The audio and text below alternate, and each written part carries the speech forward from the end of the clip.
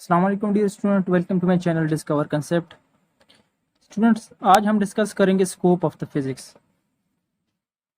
Students, scope of the physics में आपकी book में अगर आप देखें, सबसे पहले आपको डेफिनेशन गिवन है और डेफिनेशन जो है उसके ऊपर मैं डिटेल वीडियो एक बना चुका हूँ, इंट्रोडक्शन टू द फिज़िक्स। उसका जो लिंक है वो आपको डिस्क्रिप्शन में प्रोवाइड कर दूंगा, वहाँ से आप देख सकते हैं। स्टूडेंट्स, यहाँ पे हम सिर्फ डिस्कस करेंगे कि हम फिज़िक्स को कहाँ कहाँ पे अप्लाई कर सकते हैं। तो स्टूडेंट्स, अगर हम देखें डेली लाइफ में फिजिकली आपको जो भी चीज़ें नज़र आती हैं, ऑलमोस्ट हर चीज़ में जो है फिजिक्स इन्वॉल्व है। अगर आप चलते हैं, चलने में भी आपका जो है फिजिक्स इन्वॉल्व है। अगर आप कोई चीज़ देखते हैं, वॉचिंग, आप स्टिल जो है फिजिक्स इन्वॉल्व है। इफ़ यू आर स्पीकिंग, अगर आप बोलते हैं, वहाँ भी फिजिक्स इन्वॉल्व है। अगर आप खाते हैं, वहाँ भी फिजिक्स इन्वॉल्व है। अगर आप कोई काम करते हैं, वहाँ पर भी फिजिक्स इन्वॉल्व है।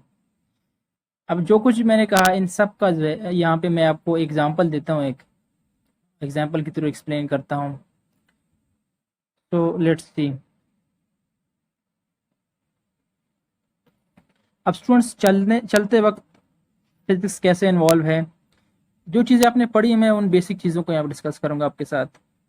जब हम चलते हैं तो हम ज़मीन को पीछे धकेलते हैं और ज़मीन हमें आगे धकेलती है। यही चीज़ आपने क्लास 9 में पढ़ी है, action and reaction, Newton third law of motion. For every action there is an equal and opposite reaction. इसके अलावा आपने फ्रिक्शन भी पढ़ा है यहाँ पे, तो फ्रिक्शन भी इसमें इन्वॉल्व होता है। इसमें और भी बहुत ज़्यादा फिजिक्स इन्वॉल्व है, मतलब एनर्जीज इन्वॉल्व हैं, लेकिन हम डिटेल में नहीं जाएंगे। बेसिक बेसिक चीज़ें आपके साथ यहाँ पे सिर्फ डिस्कस करूँगा। ओके, नेक्स्ट फिर मैंने स्टूडेंट्स आपसे क्या कहा, that is watching. Students, watching, जब हम देखते हैं किसी चीज़ को, तो यहाँ पर भी फिजिक्स इन्वॉल्व है। कैसे? स्टूडेंट्स, हमें कोई भी चीज़ क्यों नज़र आती है? हर चीज़ देखने के लिए हमें लाइट की ज़रूरत पड़ती है। क्यों? बिकॉज जब लाइट उस चीज़ के ऊपर पड़ती है तो लाइट वहाँ से रिफ्लेक्ट होकर आती है, और हमारी आंखों में जब उस चीज़ की रिफ्लेक्शन पड़ती है तो वो चीज़ हमें नज़र आती हैं। और हमें मुख्तलिफ रंग क्यों नज़र आते हैं? बिकॉज ये चीज़ हम फिजिक्स में पढ़ते हैं कि जब लाइट किसी भी मटेरियल के ऊपर पड़ती है, वो जिस रंग का हमें नज़र आता है उससे सिर्फ वही रंग रिफ्लेक्ट होके आता है, वही लाइट जो है रिफ्लेक्ट होकर हमारी आंखों में पड़ती है। बाकी लाइट जो है वो सारी की सारी वो एब्जॉर्ब कर लेता है, क्योंकि आपको पता है जो वाइट लाइट है वो 7 कलर पे कंसिस्ट होती है। और इसमें से मटेरियल जिस रंग का होता है सिर्फ उसी रंग को, उसी रंग की लाइट को, उसी कलर की लाइट को वो रिफ्लेक्ट कर देता है, बाकी सबको वो एब्जॉर्ब कर देता है। तो इसलिए वो मटेरियल हमें उसी रंग का नज़र आता है। ओके स्टूडेंट्स, नेक्स्ट मैंने आपको कहा स्टूडेंट्स, स्पीकिंग, बोलते वक्त। अब मैं बोल रहा हूँ, आप सुन रहे हैं, तो इसमें भी फिजिक्स इन्वॉल्व है। कैसे? स्टूडेंट्स, क्लास 10th में आपने पढ़ा होगा, जब हम बोलते हैं तो एक्चुअली साउंड प्रोड्यूस होती है। साउंड कैसे प्रोड्यूस होती है? By vibrating body. बॉडी जब वाइब्रेट होती है तो साउंड प्रोड्यूस होती है। और साउंड वेव जो है वो मैकेनिकल वेव हैं। वो वेव जो है एयर के थ्रू, मीडियम के थ्रू आपके कानों तक जाती है साउंड, और वो वेव, साउंड वेव जो है आपके कानों में अगेन ड्रम जो है वो वाइब्रेट होता है, एयर ड्रम, और अगेन जो है वो साउंड वेव अगेन साउंड में कन्वर्ट हो जाता है, और आपका जो ब्रेन है वो उसको रीड कर लेता है। तो यहाँ पर भी फिजिक्स इन्वॉल्व है। ये चीज़ें आप क्लास 10 में पढ़ चुके हैं। ओके स्टूडेंट, नेक्स्ट थिंग क्या है? ईटिंग। मैंने कहा ईटिंग, अब खाते वक्त भी जो है इसमें भी फिजिक्स इन्वॉल्व है। कैसे? अब हम जब कोई भी काम करते हैं तो काम करने के लिए आपको पता है एनर्जी की ज़रूरत होती है, और एनर्जी की डिफिनेशन भी आपने पढ़ी है कि एबिलिटी टू डू वर्क। अब काम आप तभी कर पाएंगे जब आपकी बॉडी में एनर्जी होगी, और बॉडी में एनर्जी आने के लिए आपको पता है कि आपको फूड लेना पड़ता है। जब हम खाना खाते हैं, हम खुराक लेते हैं, तो उससे जो केमिकल एनर्जी होती है इस खुराक पे, अब वो हमारी बॉडी में आ जाती है, और उस केमिकल की एनर्जी को हम मैकेनिकल एनर्जी के फॉर्म में यूटिलाइज करते हैं। ओके स्टूडेंट, हम कोई काम करते हैं तो उसमें भी फिजिक्स जो है वो इन्वॉल्व है। कैसे इन्वॉल्व है? आप ऑलरेडी पढ़ चुके हैं कि वर्क वर्क कैसे होता है, कि जब हम किसी बॉडी के ऊपर फोर्स लगाते हैं और उस बॉडी में डिस्प्लेसमेंट प्रोड्यूस होती है, तो हम कहते हैं कि वर्क डन हो जाता है। Product of force and displacement. तो अगेन और भी बहुत सारी चीज़ें इसमें यहाँ पे इन्वॉल्व हैं, जैसे कि फ्रिक्शन इन्वॉल्व है, एनर्जीज एक्सचेंज ऑफ एनर्जीज यहाँ पे इन्वॉल्व है, एक्सेलरेशन, डिस्प्लेसमेंट, वेलोसिटी, काफ़ी सारी चीज़ इसमें इन्वॉल्व है यहाँ पे। तो यहाँ पर भी आप कह सकते हैं कि जब भी हम कोई काम करते हैं उसमें भी फिजिक्स इन्वॉल्व है। तो स्टूडेंट्स, इन शॉर्ट अगर हम देखें तो हमारी डेली लाइफ पूरी की पूरी फिजिक्स से भरी पड़ी है। हमारी डेली लाइफ में हर जगह हमें फिजिक्स की ज़रूरत पड़ती है कहीं ना कहीं पे। तो अगर हम फिजिक्स का स्कोप इस तरह देखते जाएं तो अब मैं एक्सप्लेन करता जाऊंगा, इससे बताता जाऊंगा, बट फिजिक्स की एप्लीकेशन या फिजिक्स का स्कोप जो है वो ख़त्म नहीं होगा। इसलिए मज़ीद जो है मैं आपके बुक में जितने भी डिस्क्रिप्शन या एग्जांपल आपके टॉपिक में दिए गए हैं, मैं उसी को लेकर आगे एक्सप्लेन करता हूँ, उसी को वन बाय वन डिटेल में आपको बताता हूँ। आप हर चीज़ को एक्सप्लेन करता हूँ कि कैसे इसमें फ़िज़िक्स इन्वॉल्व है। क्योंकि स्टूडेंट्स अगर आप बुक में देखें स्कोप के बारे में जब बात की गई है फ़िज़िक्स की, तो वॉकिंग की बात की गई, फिर मूविंग ऑफ कार, तो वॉकिंग की बात ऑलरेडी मैं डिस्कस कर चुका हूँ, और कार अगेन मोशन है, तो मोशन में कैसे फिजिक्स इन्वॉल्व है यू नो। और नेक्स्ट फिर जो है वो कुकिंग गैजेट्स जो हैं उसमें भी फिजिक्स इन्वॉल्व होता है। कैसे आप डिफरेंट कुकिंग गैजेट्स यूज़ करते हैं और उसमें भी जो है फिजिक्स इन्वॉल्व होता है। अगर आप देख लें एक नाइफ से जो है वो आप कटिंग करते हैं, फोर्स अप्लाई करते हैं, और उसका जो सरफेस होगा वो जितना थिन होगा उतने ही इजीली आप कटिंग कर सकेंगे। आपने प्रेशर के बारे में पढ़ा होगा, pressure depend upon the force and area. और इसके अलावा आप मशीन के बारे में पढ़ चुके हैं कि मशीन गैजेट्स क्या हैं, बेसिकली सारे मशीन हैं, और मशीन हमारी लाइफ को क्या करती है, ईजी करती है, ह्यूमन एफर्ट्स को ईजी कर देती है। तो जो कुकिंग गैजेट्स हैं इसमें भी हम फिजिक्स को अप्लाई करते हैं। नेक्स्ट पर यहाँ पे गिवन है कटिंग ट्री। ओके, सो जब हम दरख्तों की कटिंग करते हैं, ट्री कटिंग करते हैं, स्टूडेंट जो मशीन यूज़ करते हैं इसमें, ये machine actually electric energy use करती है, और इसी इलेक्ट्रिक एनर्जी को मैकेनिकल एनर्जी में कन्वर्ट करके दरख्तों को काटने के काम आती है। नेक्स्ट है बिल्डिंग न्यू हाउस। ओके, जब हम न्यू हाउस बिल्ड करते हैं तो उस केस में हमें एनर्जी सप्लाई करनी पड़ती है, हमें इस केस में फोर्स लगाना पड़ता है, और हमें लोड को देखना पड़ता है कि जो हमारा मटेरियल है वो कितना लोड बर्दाश्त कर सकते कि नहीं। तो ये काफ़ी सारी चीज़ें इसमें हैं जो कि हम इसमें फिजिक्स में डिस्कस करते हैं। स्टूडेंट नेक्स्ट है मोशन ऑफ इलेक्ट्रॉन।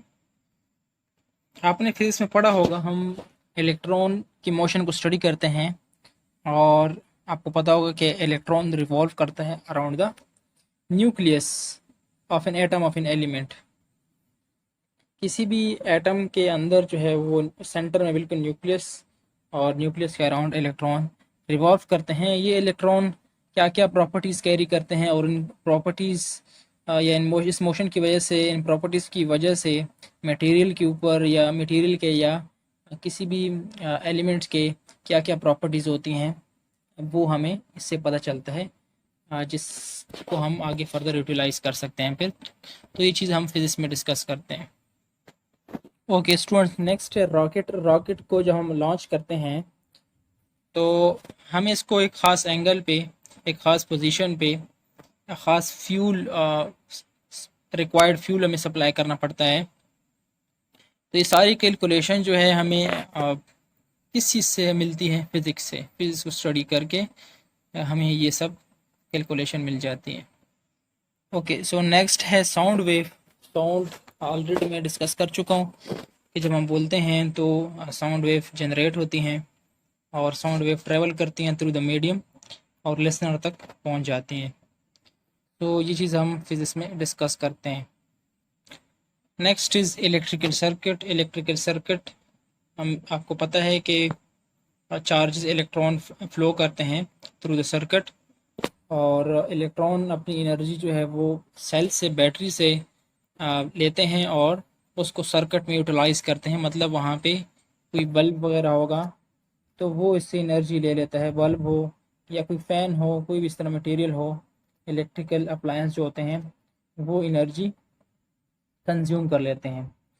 यहाँ से चार्जेस आते हैं बैटरी से एनर्जी लेके, यहाँ पे इलेक्ट्रिक एनर्जी कंज्यूम करते हैं, और फिर अगेन वही चार्जेस जाके दोबारा से सेल से एनर्जी ले लेते हैं, और वही एनर्जी दोबारा आके इस तरह इन इलेक्ट्रिकल अप्लायंसेस में, या बल्ब हो, फैन हो, कुछ भी हो, यहाँ पे फिर अगेन यूटिलाइज कर देते हैं।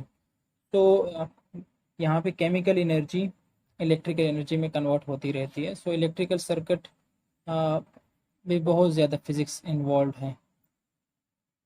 ओके, नेक्स्ट स्टूडेंट है structure of proton. Structure of proton जो है वो हम स्टडी करते हैं इसमें, जिसमें आपने अभी तक सिर्फ ये पढ़ा होगा कि एटम के अंदर इलेक्ट्रॉन होते हैं, और एटम के सेंटर में न्यूक्लियस होते हैं, न्यूक्लियस के अंदर प्रोटॉन और न्यूट्रॉन होते हैं। आपको अभी तक सिर्फ इस चीज़ का पता है, लेकिन आपको ये नहीं पता होगा कि प्रोटॉन और न्यूट्रॉन खुद भी जो है किसी पार्टिकल से मिलके बने हैं, और वो क्वार्क्स कहलाते हैं। तो इन क्वार्क्स के अंदर फिर अलग ही दुनिया है। मतलब कि एक प्रोटॉन न्यूट्रॉन के अंदर बहुत बड़ी दुनिया होती है, एक बहुत ज़्यादा फिजिक्स इसके अंदर है, जो कि आपने, अगर आप हायर क्लासेस में आप जाएंगे तो वहाँ पे आप इसको स्टडी करेंगे। यहाँ पे सेकेंड ईयर के कोर्स में आपको सिर्फ इसका इंट्रोडक्शन किया गया है। वहाँ पे आप पढ़ेंगे कि प्रोटॉन न्यूट्रॉन ये किन पार्टिकल से खुद मिलके बने हैं। तो प्रोटॉन का या न्यूट्रॉन का इन चार्जेस का हम स्ट्रक्चर जो है वो स्टडी करते हैं, इन पार्टिकल्स का हम स्ट्रक्चर स्टडी करते हैं। This is all possible due to physics. Okay, next है स्ट्रक्चर ऑफ यूनिवर्स। तो यूनिवर्स का स्ट्रक्चर भी हम इससे स्टडी कर सकते हैं। कैसे स्टडी करते हैं, देखें स्टूडेंट्स, हमें गैलेक्सीज का या बहुत फार अवे जो स्टार्स हैं, प्लैनेट्स हैं, गैलेक्सीज हैं, इनका कैसे पता चलता है। Actually with the passage of time हम न्यू पावरफुल टेलीस्कोप डिस्कवर करते हैं, और ये टेलीस्कोप ही हमें इस चीज़ के बारे में बताता है। और इसके अलावा हम मोशन, इनके इनके जो मोशन होते हैं, मोशन को भी हम स्टडी करते हैं। इसका भी थोड़ा सा जो है आपको इंट्रोडक्शन यहाँ पे किया गया है। जब फर्स्ट ईयर में आप डॉपलर इफेक्ट पढ़ेंगे तो उसका थोड़ा सा आपको आइडिया हो जाएगा इससे। So this is all possible due to physics. Okay student, next पर टेक्नोलॉजी की बात की गई है आपकी बुक में कि मॉडर्न टेक्नोलॉजी और मज़ीद अभी टेक्नोलॉजी में एडवांसमेंट आती जा रही है। ये एडवांसमेंट जो है सारी की सारी फिज़िक्स की वजह से पॉसिबल है। और कुछ टेक्नोलॉजी का यहाँ पे जिक्र किया गया है जो कि आपके साथ मैं यहाँ पे शेयर करता हूँ। The first one is laser. Laser का बहुत ज़्यादा इस्तेमाल होता है, कैंसर के ट्रीटमेंट में इस्तेमाल होता है। इससे बहुत सी ज़्यादा एनर्जेटिक रेडिएशन हम निकाल सकते हैं, और उसको हम कटिंग के लिए यूज़ कर सकते हैं। इसके अलावा और भी बहुत सारी इसकी यूजेस हैं, जैसे कि सोल्जर्स इसको यूज़ करते हैं गन में to hit the target. Student, next है टेलीविज़न। तो टेलीविज़न आपको पता है आस्ते आस्ते इसमें एडवांसमेंट आती जा रही है, और टेलीविज़न में इसकी स्क्रीन, इस टेलीविज़न के ऊपर स्क्रीन जो एक बनती है, एक्चुअली ये कैसे बनती है, ये चीज़ हम फिज़िक्स में पढ़ते हैं। या सिग्नल जो है, साउंड वेव या इलेक्ट्रोमैग्नेटिक वेव जो होती हैं, ये कैसे एक जगह से दूसरी जगह ट्रैवल करती हैं और ये क्या होती हैं। सो ये सारी चीज़ें हम फिज़िक्स में डिस्कस करते हैं। ओके स्टूडेंट, नेक्स्ट है रेडियो। स्टूडेंट, रेडियो में हम कैसे आवाज़ सुन पाते हैं, या ये आवाज़ हम तक कैसे पहुंचती है, तो ये चीज़ हम फिज़िक्स में डिस्कस करते हैं। सबसे पहले तो आपको पता होना चाहिए कि ये साउंड हम तक आता कैसे है। तो देखें, सबसे पहले स्टूडेंट, जो रेडियो स्टेशन होता है, सबसे पहले तो वो एक ख़ास फ्रिक्वेंसी जो है सेलेक्ट करते हैं कि ख़ास फ्रिक्वेंसी वाले हमने रेडियो वेव्स जनरेट करने हैं। और इसीलिए हर जो है स्टेशन का एक इसकी ख़ास फ्रिक्वेंसी होती है, और उस ख़ास फ्रिक्वेंसी से हम उस चैनल को जानते हैं। तो वो सबसे पहले इलेक्ट्रोमैग्नेटिक वेव जनरेट करते हैं। उन्हीं इलेक्ट्रोमैग्नेटिक वेव के ऊपर साउंड वेव को प्रोड्यूस किया जाता है, साउंड वेव को फिट किया जाता है उसके ऊपर, और वही इलेक्ट्रोमैग्नेटिक वेव जो है वो साउंड वेव को हम तक पहुंचाते हैं।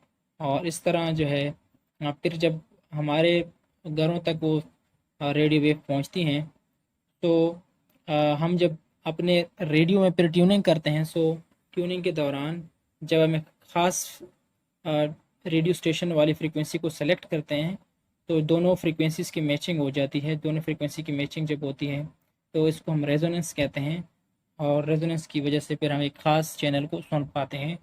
ये रेजोनेंस के बारे में इंशाल्लाह आप एफएससी में पढ़ेंगे भी। Next students, computer. कंप्यूटर जो है आज बहुत ज़्यादा इसमें एडवांसमेंट हो चुकी है। आपका जो मोबाइल है वो भी पूरा का पूरा कंप्यूटर ही है। तो इसमें भी बेशुमार फिज़िक्स की एडवांसमेंट है। सो इसमें भी फिज़िक्स की बहुत ज़्यादा इन्वॉल्वमेंट है। इसमें देखें, अगर आप साउंड जो है आप सुनते हैं और वीडियो देखते हैं, स्क्रीन के ऊपर कोई भी डिस्प्ले होता है, आप कोई टाइपिंग वगैरह करते हैं, सिग्नल ट्रांसमिट होता है। सो ये सब चीज़ें पॉसिबल हैं due to physics. Again next students, हमारे पास अभी इंटरनेट है। सो इंटरनेट जो है इसमें भी अगेन फिज़िक्स इन्वॉल्व होता है। आपको ऑलरेडी डिस्कस कर चुका हूँ आपके साथ कि हम सिग्नल्स के ज़रिए जो है इसको डेटा ट्रांसमिट करते हैं एक जगह से दूसरी जगह, और इस सिग्नल्स की स्टडी हम फिज़िक्स में करते हैं। इसके अलावा आपने ऑप्टिकल फाइबर के बारे में पढ़ा होगा क्लास 10th में। ऑप्टिकल फाइबर के ज़रिए हम डेटा ट्रांसमिट करते हैं एक जगह से दूसरी जगह। तो ये डेटा ट्रांसमिशन, ये सारी चीज़ें हम स्टडी करते हैं अगेन फिज़िक्स में ही। ओके स्टूडेंट्स, हेल्थ की बात करें तो हेल्थ में फिज़िक्स बहुत हद तक इन्वॉल्व है, और इसमें काफ़ी सारी चीज़ें हैं जो आप सेकेंड ईयर के कोर्स में डिस्कस करेंगे। फर्स्ट ईयर में भी, जैसा कि अल्ट्रासाउंड के बारे में आपने में भी पढ़ा हो, और एक्सरे के बारे में भी आप जानते हैं कि एक्सरे, अल्ट्रासाउंड, इसके अलावा ईसीजी, इलेक्ट्रो एनसेफेलोग्राफी, ये चीज़ भी आप आगे डिस्कस करेंगे। इसके अलावा स्टूडेंट्स, बाज़ ऐसे रेडिएक्टिव एलिमेंट्स हैं जिनको हम कैंसर्स की ट्रीटमेंट के लिए भी यूज़ कर सकते हैं। नेक्स्ट जो है टेलीफोन है। टेलीफोन के बारे में आप ऑलरेडी क्लास 10th में चैप्टर 17 में पढ़ चुके हैं, कैसे जो है वो सिग्नल्स जनरेट किए जाते हैं और कन्वर्जन होती है, फिर दूसरी तरफ सेंड किए जाते हैं टावर टू टावर, और फिर दूसरी तरफ कैसे रिसीव किए जाते हैं, और फिर अगेन कैसे कन्वर्जन होती है। तो ये चीज़ें हम अगेन सारी की सारी फिजिक्स में ही डिस्कस करते हैं। Okay students, the last one is transport. तो ट्रांसपोर्ट में फिजिक्स कैसे इन्वॉल्व है? अगर हम सिर्फ हवाई जहाज़ को देख लें, ये कैसे उड़ान भरता है या हवा में कैसे उड़ता है, इसके बारे में हम फर्स्ट ईयर के कोर्स में चैप्टर नंबर 6 में स्टडी करते हैं। तो इसके अलावा बहरी जहाज़ जो है वो पानी के ऊपर कैसे फ्लोट करता है या पानी के अंदर कैसे चल पाता है, इसके बारे में भी आपने क्लास 9th में पढ़ा होगा। ऐसे यहाँ पर भी फिजिक्स अगेन इन्वॉल्व है। अब थ्रस्ट फोर्स आपने पढ़ा होगा। ओके, ज़मीनी जो हमारे पास ट्रांसपोर्ट है, जैसे कि कोई बस हो गई, गाड़ी होगी, सो उसमें भी अगेन फिजिक्स इन्वॉल्व होता है। इंजन लगा होता है इसके अंदर, इंजन जो है कैसे वर्क करता है ये भी हम फर्स्ट ईयर में पढ़ेंगे, इसकी एफिशिएंसी वगैरह के बारे में। सो ये सब चीज़ें जितनी भी हमने आज डिस्कस की, ये सारी की सारी फिज़िक्स की वजह से पॉसिबल है। ये कुछ चीज़ें आपकी सिर्फ बुक में गिवन है, इसलिए आपके साथ मैंने डिस्कस की। इसके अलावा अगर आप देखें तो हर जगह पे फिज़िक्स इन्वॉल्व है किसी न किसी तरीके से। ओके स्टूडेंट्स, मज़ीद अगर आपको क्वेश्चन हो तो आप कमेंट सेक्शन में टाइप कर सकते हैं। अल्लाह हाफिज़।